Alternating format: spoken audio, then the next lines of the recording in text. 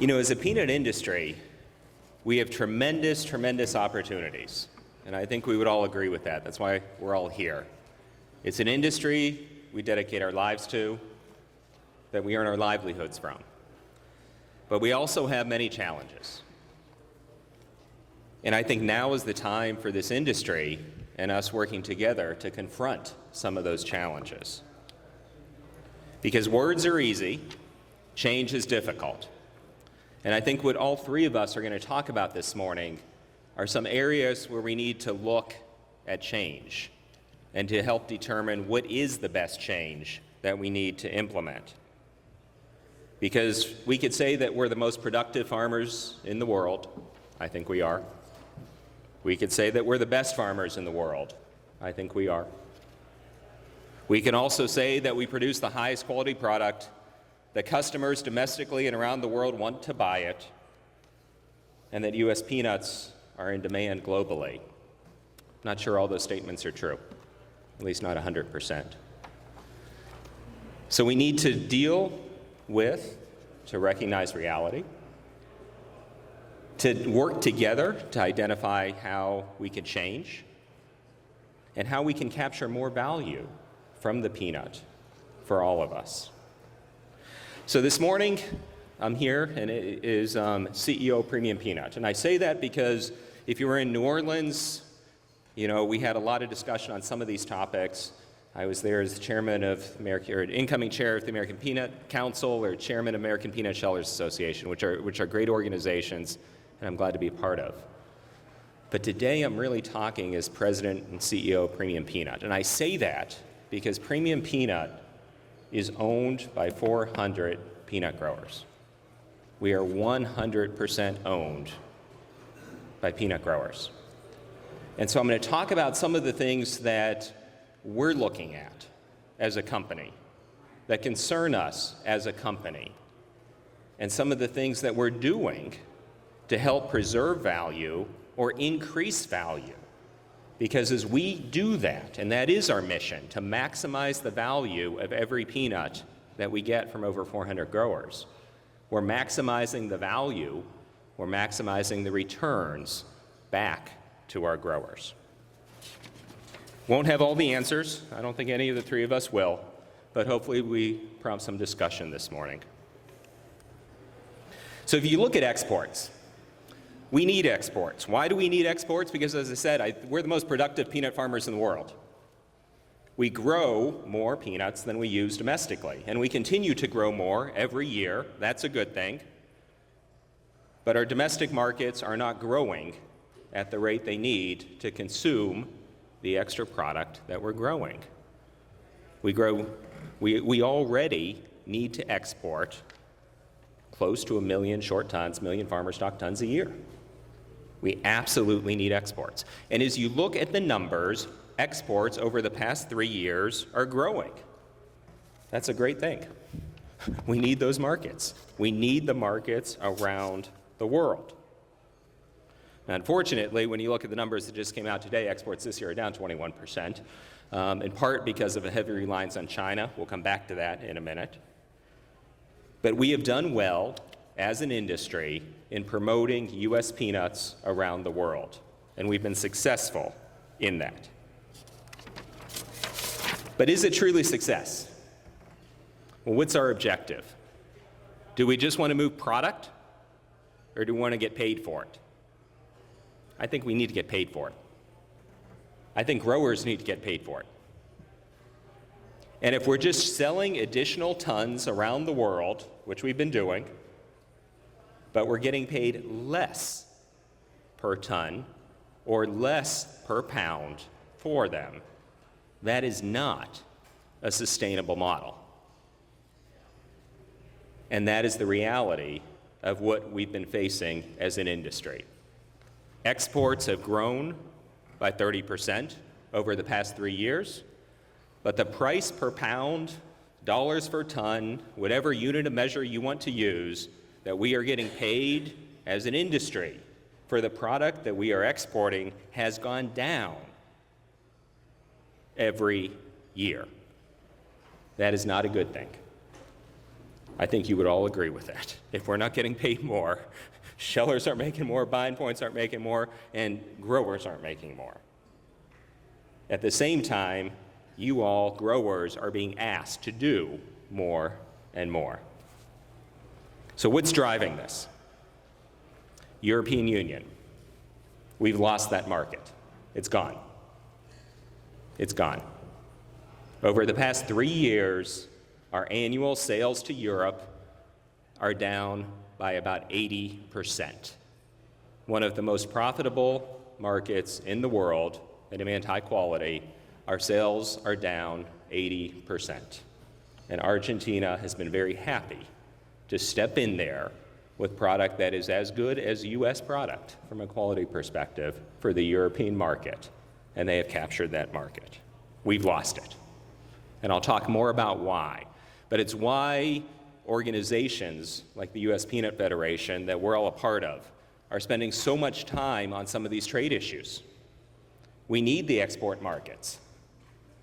We can't afford to lose a market where we've lost 70% market share over 3 years. That is not a good thing. Because when you look at this pricing decline, it's not because global prices have gone down. The price that the Europeans are paying for a peanut has actually gone up over the past 3 years. The price that the Japanese market is paying for a peanut has been relatively stable over the past 3 years. But yet U.S. farmers, U.S. peanuts, are getting paid less. Why is that? It's because we have lost the high value markets and we're forced to rely on the lower value markets, China, to move our volume. And that is what is driving this discrepancy. Our exports are growing because we're moving more tons to low value markets like China that is crushing the peanuts for oil. And we are losing, or we have lost, our market share in high-value markets like Europe. Now, this is not premium peanut data. I'll be happy if any of you want to talk individually to share our personal data. It's in line with this. This is USDA data across the entire U.S. peanut industry. So the pricing in markets has remained stable or gone up, but our prices have gone down. That's not a good thing. And it's not just the price. I can tell you that this is a premium peanut issue. We had a container sent over to Copenhagen, to Denmark. When they tested it there, they found aflatoxin at 12 ppb, perfectly legal in the U.S. We had a letter from the USDA saying, and FDA saying, bring the container back to the U.S. It's perfectly legal, no issue with it. The EU authorities, after keeping it for 12 weeks and charging us $1,000 demurrage a day for that container, said it's a threat to public health and we're going to destroy it.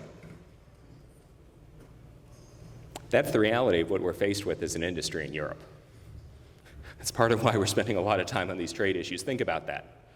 Demurrage for 12 weeks, product that's perfectly safe for the US, and the Europeans decide to destroy it. Over $60,000 as a cost for one container, right? The risks are huge. It's part of why we lost that market. And it's part of why we have to combat some of these challenges. What else is going on? Aflatoxin's a big one. 71% of our total customers for U.S. peanuts, this is domestic and international, 71% have requirements less than 10 parts per billion. U.S. edible standard's 15. Actually, it's 20, but essentially 15 for trade. And 71% want product at less than 10 parts per billion. Last year, 2019 crop, 30% of our total peanut product, post-shelling, failed a 15 ppb standard, 30%. And this was after Premium Peanut as a sheller, the other shellers did everything we know how to do to get the product to pass and to meet that requirement. We had 30% per JLA's numbers, 36% I think it was, fail a 15 parts per billion standard. And people say, okay, well, Karl, 2019's a bad year. And I think Marshall's going to have some data to compare year over year. Well, 2020 is a pretty good year. We still have 6% of our total peanut crop that fails these standards. So customers are tightening their standards, which means that more and more of our product is failing to meet those standards. And if that trend continues, what outlets do we have for our product? We have a great outlet called China. They will take the volume with high aflatoxin, and they will be happy to take it, and they will be happy to crush it for oil, and they will be happy to pay us less for it. And that's what's happening. It's not a good trend. There's other developments. If you look at some of the other requirements that consumers are putting on the manufacturers on shellers, it's coming down the supply chain. They're looking at flavor. They're looking at size uniformity. They're looking at United Nations labor regulations. I can tell you, we as shellers, premium peanut, we've been asked to sign off that we comply with UN labor regulations that the US has not ratified. One of those labor regulations says that I have to certify that everyone in my supply chain guarantees in writing that no one under the age of 18 is engaged in any labor in that supply chain. Doesn't matter if they're your son that you want to put on a tractor in high school when they're 16 or 17. Now, we've refused. But that is what we've been asked to do. That's coming. The Europeans are driving it.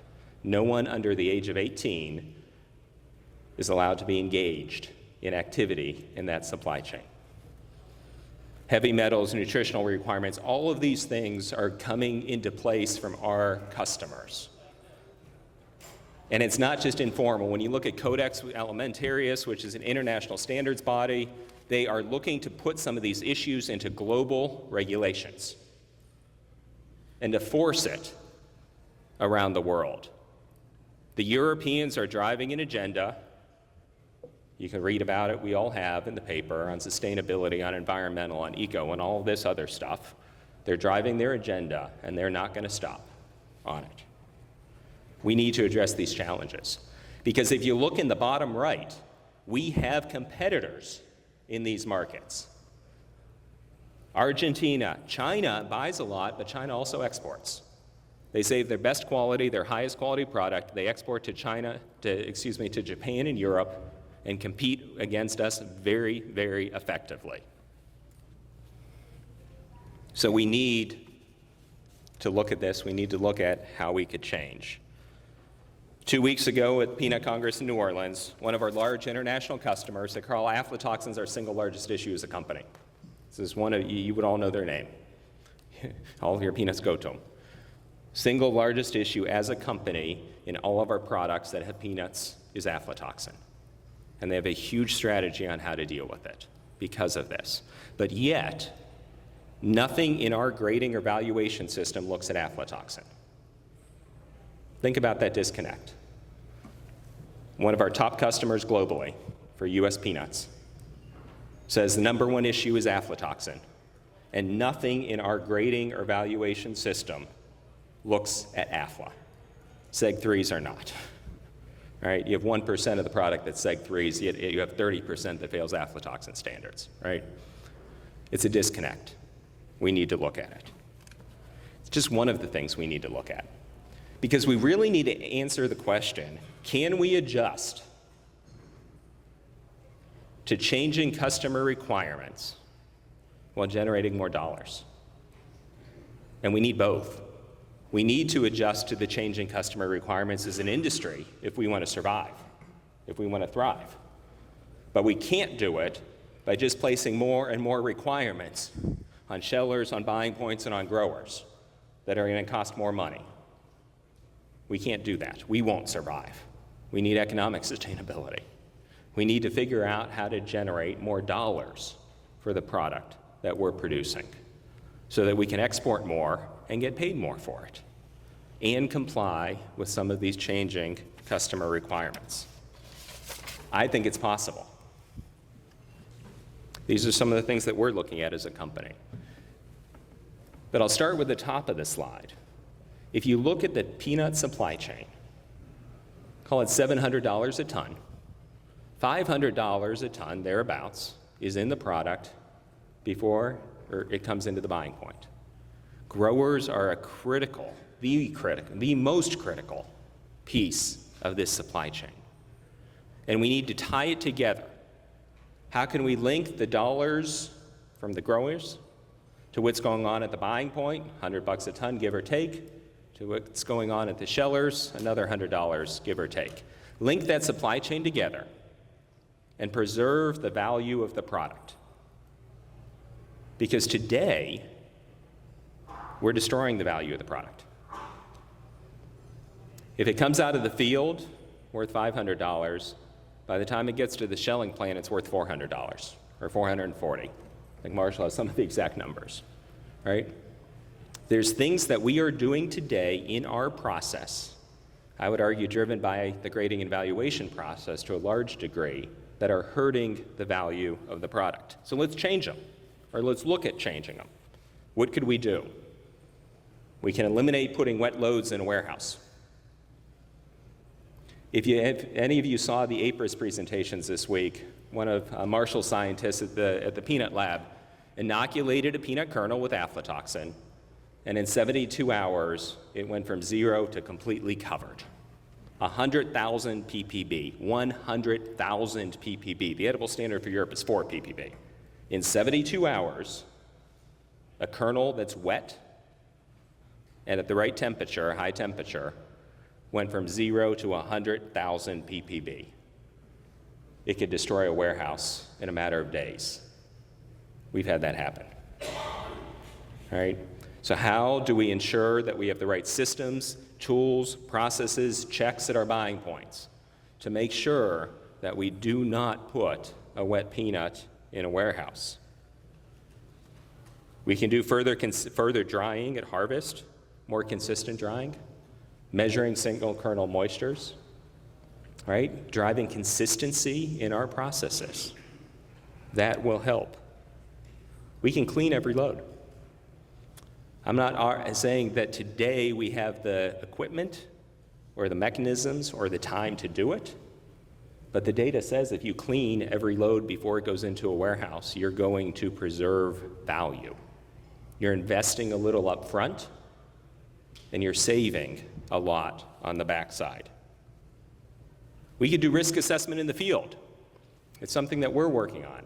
How could we assess the risk from aflatoxin, damage, other factors of peanuts that are in the field, so that when they come into the buying point and federal state does their work, we could speed up that process.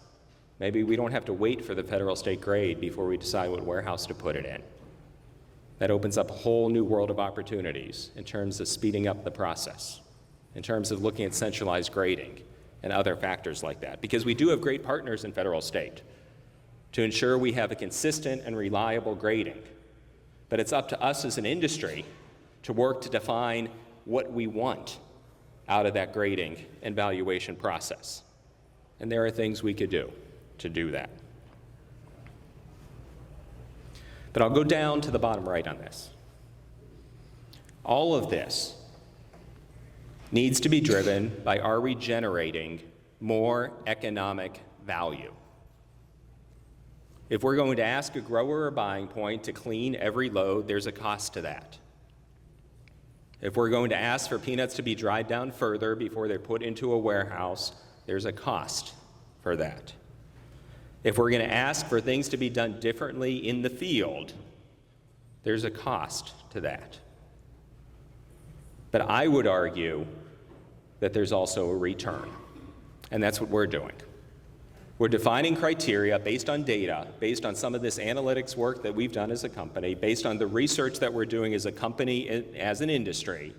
We're defining some of these criteria. We're working with our buying points to do some of these things, to dry down peanuts further, to clean peanuts, and we're paying for it. Actually, we're more than paying for it. We said, if you'll do this, we'll cover the cost, plus we'll give you more. Because we firmly believe that by doing some of these things, we are going to generate a return. If a peanut goes into a warehouse wet, and it contaminates the warehouse in aflatoxin, you just cost that supply chain $3 million. It's a real number. We paid it on a warehouse 2 years ago, $3 million. So could we make an investment up front in the field, at harvest, at grading time, at the buying point, to do some of these things differently, to dry down further, to do single kernel moisture tests, to take more additional moisture tests, to have more consistent drying, to do more cleaning on foreign material? If we do those things, there is a cost, but I don't think it's a cost the grower or the buying point needs to face, because I think we'll save enough money to more than cover it. So that's what I'd like all of us to think about, is how do we align not just the grading system. It's not about, okay, what's the SMK and SS level and foreign material level of that farmer stock, but it's around what are the incentives, and are we incenting the growers and the buying points and the shellers at every step in the process to do the right things to preserve the value of our product. And I think that is what our challenge is as an industry. It's not just to say the customers are demanding lower aflatoxin. Grower, if you had to do a chemical test and have afla, we're going to pay you less. Or the growers are customers are demanding lower damage. So if you have higher damage, we're going to pay you less. That's not going to work. It's not going to work for any of us. It's around how do we stop aflatoxin from growing? How do we stop aflatoxin from growing? How do we understand what we have at harvest when we grade it, and how do we stop it from growing? It's about how do we not proliferate damage in storage. It's about how do we do things throughout the entire supply chain to preserve value of the product. I think we could do it. I think a lot of you know what we can do on a lot of these things. But unfortunately, I think the valuation system is tied that it doesn't incent us to do those things. And you can say, okay, what am I talking about? I'll give you a perfect example. As a sheller, I would rather the buying point dry down that peanut. Go ahead and dry it to 6%, 7%, go for it.